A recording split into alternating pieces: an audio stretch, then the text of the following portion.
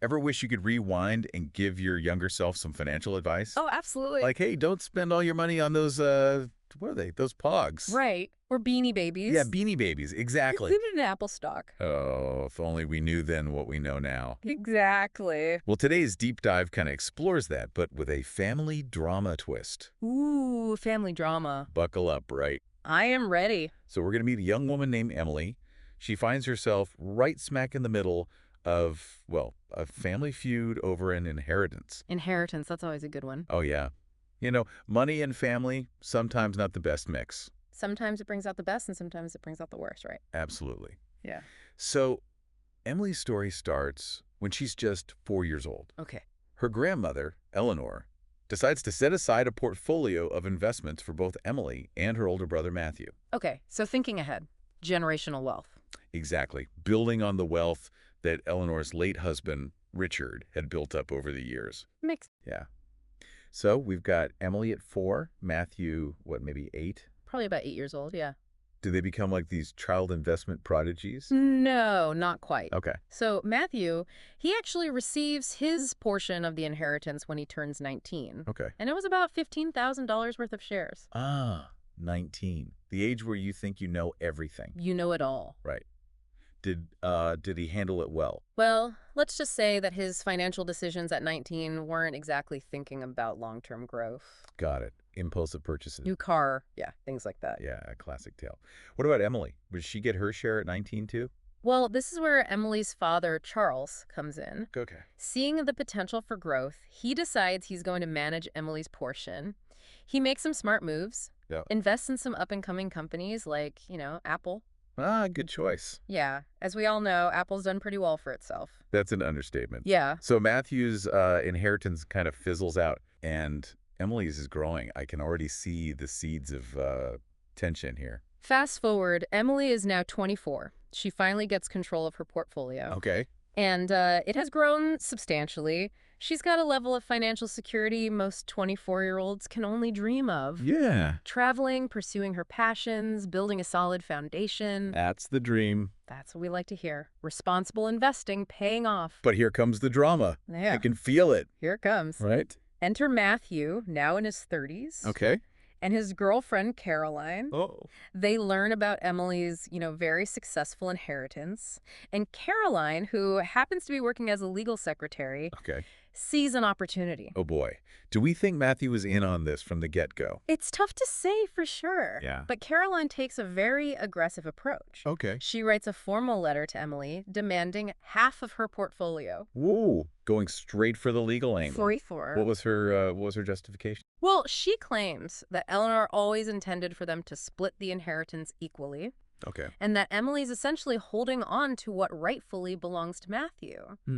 Even throws in some legal jargon to make it sound more official. Little intimidation tactic. Exactly. So poor Emily, how does she react? Well, understandably, Emily is shaken. Right. She's enjoying this inheritance, and now she's being accused of wrongdoing by her own brother. Yeah.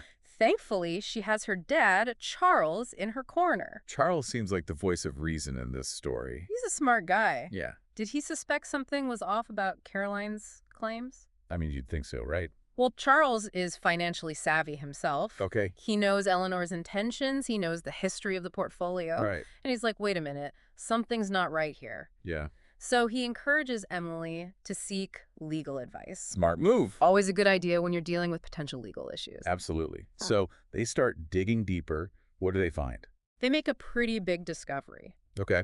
There's absolutely no legal documentation, no will, no trust, nothing Nothing. that supports Caroline's claim of this 50-50 split. Oh, wow. Remember, Eleanor gave Matthew his share directly at 19. Right, right. The rest was meant for Emily, with Charles as her guardian until she came of age. Makes sense.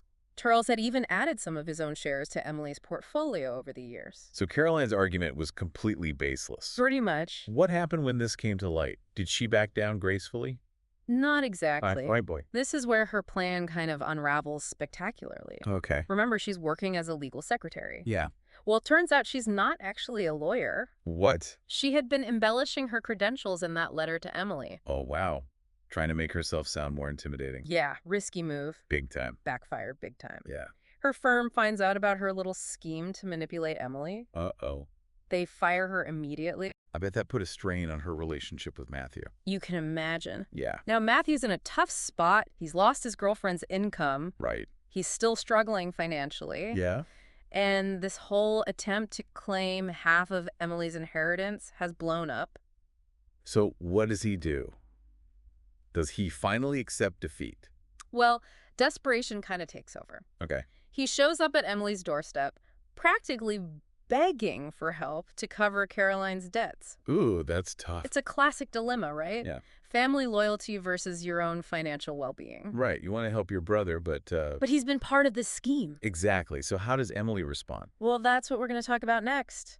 Emily, she makes a tough choice. Yeah. She refuses to bail Matthew out. Wow. I mean, it would have been easy to just cave, right? Right. Feel guilty, give him the money. Yeah, try to smooth things over. Exactly. But she stands her ground. She does. What do you think drove that decision? Well, think about it.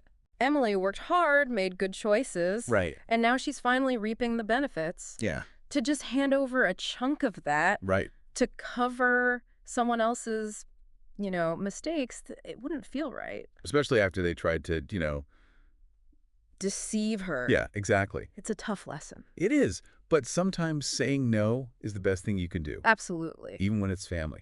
Even when it's family. So how did Matthew take the news? Not well. Yeah. Frustration, desperation, maybe a little wounded pride. Okay. He lashes out. Oh, no. What did he do? He slashed Emily's tires. Wow. Yeah. That's pretty low. Yeah, it really shows the difference between them. Right, like Emily's being thoughtful, Right. and he's just reacting. Exactly. So what can we learn from all this? Well, first, clear communication is key. Especially when it comes to family and finances. Yes, imagine if Eleanor had been more upfront about her plans. Right. Maybe some of this could have been avoided. So families should talk about these things more openly, Definitely. even if it's uncomfortable. Even if it's uncomfortable. Okay, what else? Get professional advice. Okay. Like Charles encouraged Emily to get a lawyer. Right. Having that expert help can make a big difference. Like having someone in your corner who knows the ropes. Exactly. Anything else? Don't believe everything you hear. Right, like with Caroline. Yeah, Caroline's made-up credentials Yeah. almost cost Emily a fortune. It's a good reminder to do your research, be cautious. Absolutely. But, despite all the drama, Yeah, Emily's story is kind of empowering. I think so. She stood up for herself, She did. came out stronger, Yeah. more in control of her finances. Exactly. It's like the inheritance was a challenge, Yeah. but it also helped her grow. It pushed her to learn and adapt. Exactly. So, yeah, it's a wild ride. It is. But ultimately, a positive one for Emily. I think so. It really makes you think about inherited wealth, doesn't it? It does. Like, we always think of it as this good thing. Right. A blessing. Yeah. But Emily's story shows it can be complicated. Definitely. It can bring up all these family issues Absolutely. and even, create problems. The more problems. Yeah, exactly. Yeah. It's like money can't buy happiness, right? Right. I mean, Emily got all this money, but it caused her so much stress. So much drama. It really highlights how important communication is. Oh, absolutely. Like, imagine if Eleanor had talked to her family about her plans. Yeah, well, she's still alive. Yeah, maybe things would have been different. It could have prevented a lot of heartache. So, what advice would you give to families to avoid these kinds of situations? Well, first of all, don't be afraid to talk about money.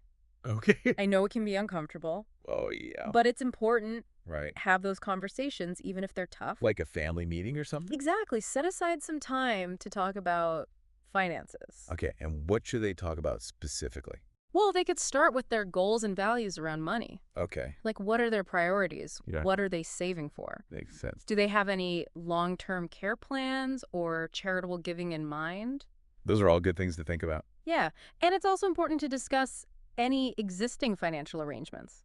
Like wills and trusts. Exactly. Make sure everyone understands what's in place. So it's not just about, deciding who gets what Right. It's about understanding each other's perspectives. and making sure everyone's on the same page. Exactly. And these conversations might need to happen over time, right? Oh, absolutely. It's an ongoing process. Not just a one-time thing. Right. Things change. Families grow.